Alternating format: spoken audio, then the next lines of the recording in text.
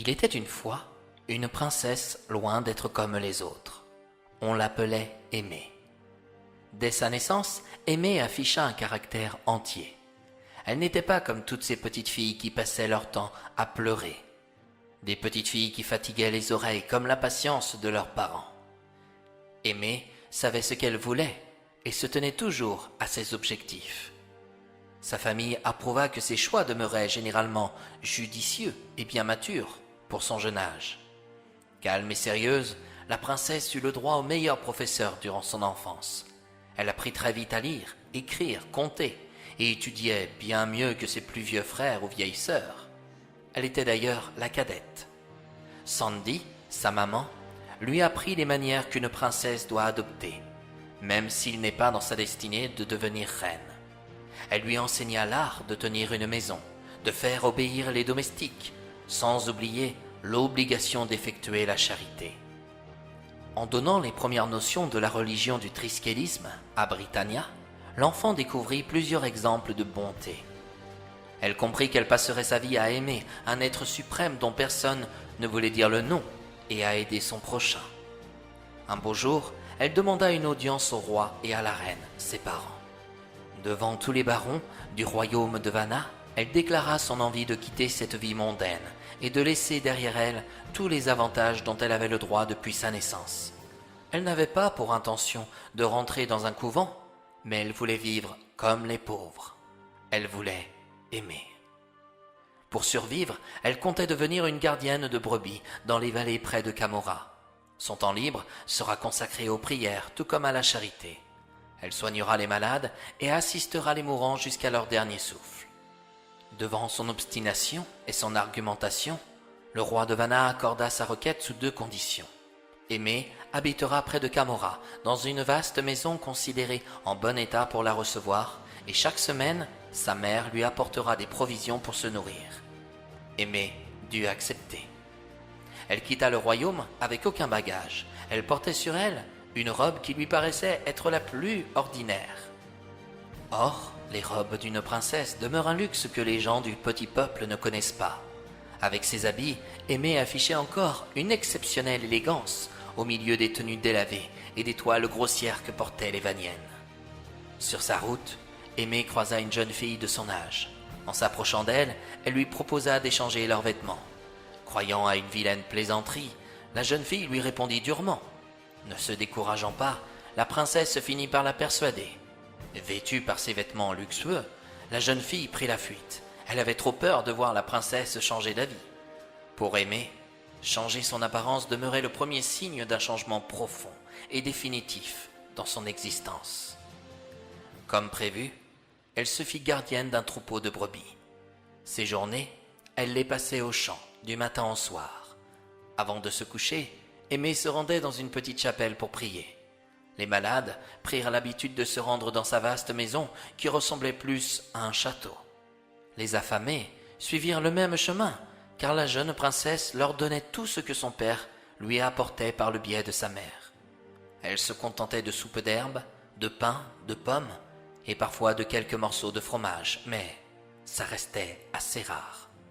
Même mal vêtue, la jeune fille attira tout de même le regard des garçons. Connaissant son rôle dans la famille royale de Vanna, aucun n'osa l'importuner. Mais un jour, un groupe de bandits descendant des montagnes d'Aria eut moins de scrupules. La bergère était séduisante avec sa taille de guêpe, ses hanches bien attirantes et ses longues jambes. Quelle chance! Elle était seule. Il n'y avait pas de paysans dans les alentours. Il y avait peut-être un chien pour surveiller le troupeau. Il ne devait certainement pas en faire autant avec sa maîtresse. Sans se concerter, les 4 voyous foncèrent sur elle. Aimée tenta de s'enfuir, mais ils étaient plus rapides. Quand soudain, un loup sortit des bois et grogna à l'encontre des bandits. Aussitôt, il se jeta sur eux avec l'aide du chien surveillant le troupeau de brebis. « Mais d'où sort-il, ce sauvage ?» cria un bandit. « En nous attaquant à la bergère, il a peut-être cru qu'on voulait s'en prendre à son festin !» Le loup hurlait tellement fort que d'un instant à l'autre, des voisins ou un passant pouvaient tout simplement se trouver alertés. Courageux mais pas téméraires, les 4 bandits s'enfuirent. Aimée remercia le loup, qui prit l'apparence d'un sorcier passant dans le coin. Elle tomba sous son charme, l'invita à dîner, Mais le bel inconnu préféra ne pas rester et s'en aller. La vie reprit. La saison ressemblant au printemps sur terre arriva. Tous les soirs, Aimée avait pris l'habitude de prier dans la petite chapelle, située non loin de sa vaste demeure, mais pour cela, elle devait traverser le village de Camorra. Chaque matin, les villageoises remarquaient la disparition de leurs plus belles roses. Tout le monde s'épia, mais un jour, la vérité éclata. On surprit Aimée qui prélevait chaque soir les boutons prêts à éclore des rosiers. Les femmes l'insultèrent de voleuse, mais ceux qui courtisaient la jeune femme, et ils étaient nombreux, raisonnèrent les jardinières en colère. Pourquoi une princesse se comportait-elle de cette manière? Si elle désirait des roses, son père, le roi de Vanna, n'était-il pas en mesure de lui en offrir? De jeunes femmes décidèrent de suivre dans l'ombre la jeune princesse. De nouveau, un soir, il l'aperçut prendre une rose blanche, une rose crème. Elle se constitua un joli bouquet qu'elle déposa dans la chapelle. Elle pria longuement. Les deux jeunes femmes retinrent leur souffle. Soudain, une intense lumière dorée inonda la chapelle. Rêvait-elle? La jeune princesse s'était saisie par deux anges pour permettre à un être de lumière de l'embrasser sur le front. Un être dont on ne distinguait pas le visage. Était-ce celui dont on ne voulait pas dire le nom? En revenant au sol, Aimée pria une dernière fois. Une odeur 1000 fois plus savoureuse que celle des roses enveloppa l'intérieur de la chapelle. Ce miracle fit grand bruit dans la vallée de Camorra, mais rares étaient ceux qui osaient en parler à Aimée. Comment pouvait-on lui avouer qu'on l'avait suivi, épié?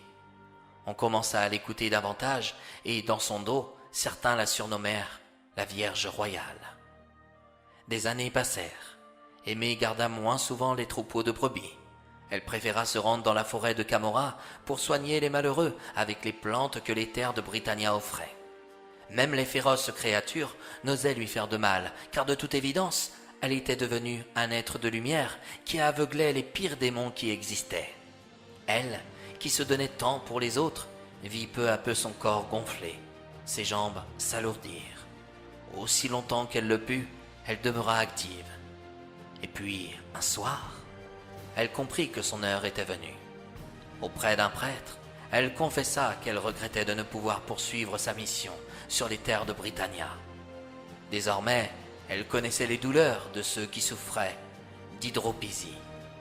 La maladie lui laissa peu de répit et elle s'envola à son tour vers des contrées où peu étaient ceux qui y accédaient. Avec sa gentillesse, sa bonté, sa charité, il était plus qu'évident qu'elle devienne une libertienne. Lors de son trépas, son corps ne retourna pas dans le royaume de Vanna. Non, la jeune princesse préféra qu'on l'enterre près de la chapelle, où deux anges, un soir de printemps, lui permirent d'être embrassée, aimée, par cet être dont tout le monde ignore encore aujourd'hui son nom.